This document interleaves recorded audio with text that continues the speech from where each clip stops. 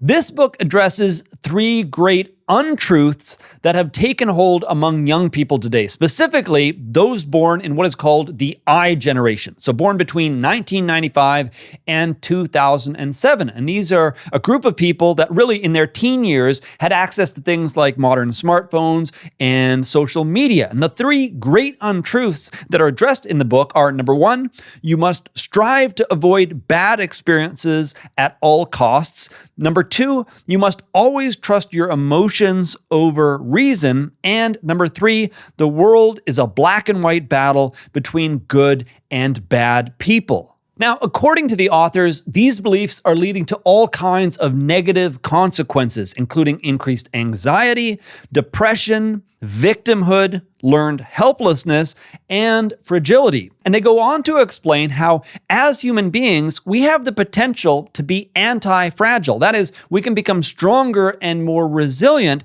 as we're exposed to challenges, risks, and various stressors. However, we do need the opportunity to be exposed to these things, and ideally, to do so from a very young age so that we can benefit from our anti-fragile nature. Unfortunately, parents of the I generation really focused on protecting their kids from failures and setbacks and challenges and the kinds of things that would allow them to become more anti-fragile. And when this generation went on to college or to university, these institutions ended up adopting practices to really compensate for the lack of resilience of this generation. And in doing so, they really made the problem that much worse. And so you have a whole generation of people that grew up and adopted these three great untruths and have learned to avoid character building experiences, embrace their negative emotions, and assume the worst in other people. Anyway, this is an absolutely fascinating read. I'm just barely scratching the surface here in terms of the many lessons